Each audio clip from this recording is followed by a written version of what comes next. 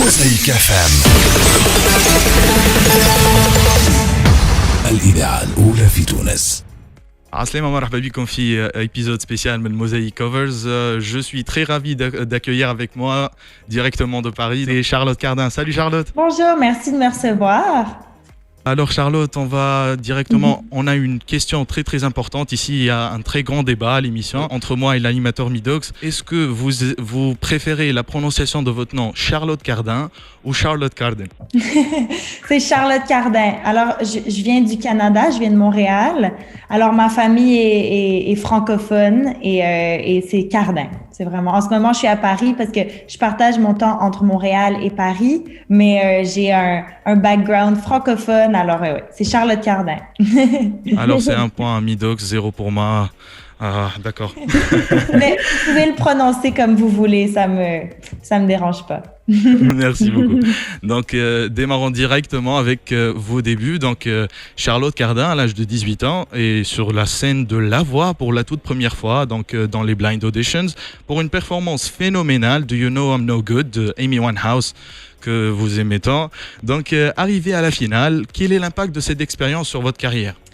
C'est sûr que ça a été une expérience extrêmement formatrice parce que pour moi, c'était ma première expérience, si on veut, professionnelle en musique ou à la télé, ou les seuls concerts que j'avais faits avant d'arriver à La Voix, c'était des concerts devant ma famille, devant mes amis, à l'école, c'était juste des trucs tout petits et intimes. Alors, je me suis vraiment retrouvée à devoir apprendre beaucoup de choses en une courte période de temps et c'était la première fois que je faisais réellement de la scène devant un vrai public et tout ça. Alors, ne serait-ce que pour comment j'ai senti que j'ai grandi dans cette émission-là, ça a été une très belle expérience. Et en plus, ça m'a permis d'avoir une belle visibilité au Québec. Il y a 2-3 millions de personnes qui écoutaient ça à chaque semaine. Alors quand même, j'ai pu me construire une base de fans très solide dès un jeune âge et beaucoup d'entre eux me suivent encore. Alors pour ça a été génial. Vous avez sorti 2 EP durant votre carrière, Main Girl et Big Boy,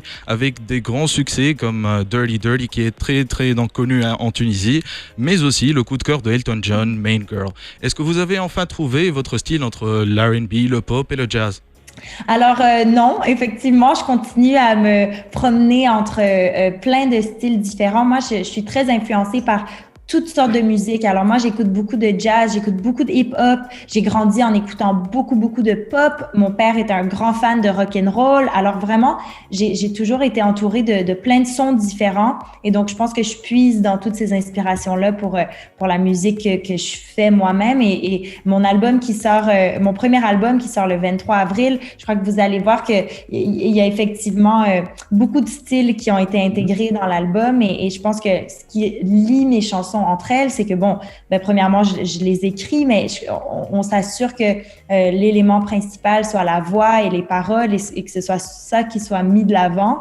Mais effectivement, on se promène entre plein de genres musicaux et on adore ça. D'accord. Donc, passons directement à la période de confinement et les concerts en ligne et les covers sur Instagram. Du coup, Charlotte, été 2019. J'ai regardé ce mini-film donc réalisé par votre sœur qui donc entre dans les détails backstage de Charlotte Cardin, l'artiste, mais aussi montre votre côté humain surtout. Quelque chose a particulièrement attiré mon attention, c'est que vous avez dit à la fin, mais si tout s'arrêtait du jour au lendemain, je m'arrangerai pour pouvoir continuer à faire de la musique. Ça sera un cauchemar pour que tout s'arrête. Donc, quel effet a eu la pandémie sur ce côté des choses? Très bonne question. En fait, je crois que ce qui m'a sauvée un peu, c'est que j'ai quand même pu continuer à faire de la musique pendant la pandémie. En fait, je me suis vraiment réfugiée là-dedans. J'ai travaillé ma guitare, mon piano, j'ai fait plein de covers, justement, des petits concerts virtuels par-ci, par-là.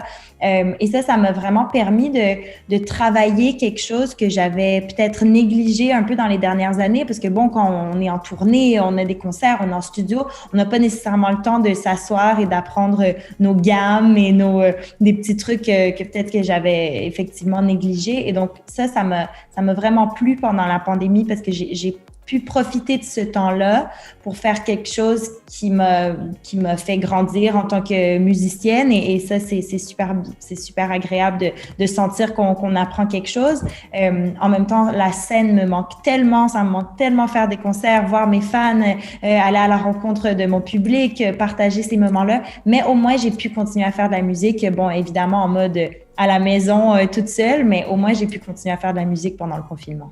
Exactement, donc ça me donne directement l'opportunité de passer à ma prochaine question. Alors pourquoi le choix du format de 30 à 60 secondes pour les covers sur Instagram au lieu d'uploader un cover donc en intégralité sur YouTube? Ben, c'est une bonne question, j'avoue que je me pose pas trop la question. J'aime le fait que ce soit des petits morceaux par-ci par-là de chansons parce que bon, moi je me dis, je prends quelques heures dans la journée, j'apprends cette partie-là, après ça j'en mets un petit extrait. Je trouve qu'il y a quelque chose de plus spontané là-dedans parce que je peux le faire un peu plus, voilà, sur un coup de tête. J'ai envie de faire un cover, je le fais plutôt que bon sur YouTube faire tout le truc avec peut-être des meilleures caméras et tout, mais effectivement, je pourrais très bien en faire un au complet et le mettre sur YouTube bientôt. Vous me donnez l'idée de le faire. Exactement. Ce qui a donc beaucoup attiré notre attention, c'est votre tout dernier cover sur Instagram, c'est celui de Daft Punk. Est-ce que donc la séparation de Daft Punk a eu un impact sur votre carrière musicale? Est-ce que vous étiez fan donc de Daft Punk? Ben oui, j'étais fan. Ça m'a fait un petit pincement, mais en même temps, c'est la vie. Il y a plein de groupes qui finissent par se séparer. Comme ça, ils nous ont tellement donné un beau cadeau musical dans toutes ces années qu'ils ont été ensemble que bon, je suis juste reconnaissante d'avoir pu écouter et vivre leur musique un peu et c'est dommage qu'ils se séparent, mais ils nous laissent quand même un très beau bagage qu'on pourra toujours écouter, quoi. Passons à Phoenix, le fameux album qui va sortir en avril 2021. Donc commençons tout d'abord par le choix du titre de l'album. Donc Phoenix, est-ce qu'il y a une signification donc particulière pour le lancement de votre tout premier album après une carrière d'EPs et de singles? Oui, ben en fait, d'abord je trouve le symbole en soi du phénix très très beau, comme animal magique et tout ça. Mais la vraie raison derrière le choix du titre, c'est que ça a été très long, le processus d'écriture et de création de l'album. Ça a pris 2 ans plus 1 an de pandémie, alors presque 3 ans de travail sur cet album-là au final.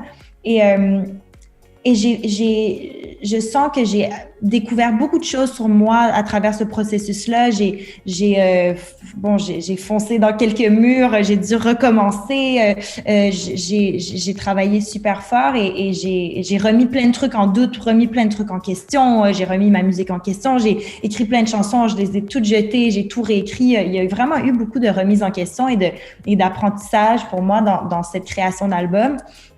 Et ça m'a fait réfléchir au fait qu'à chaque fois qu'on grandit et qu'on évolue, ça vient aussi avec des deuils, ça vient aussi avec des sacrifices, des choses qu'on met de côté, des choses qu'on a toujours faites, qu'on se rend compte qu'on ne devrait plus faire ou des relations qu'on doit mettre de côté.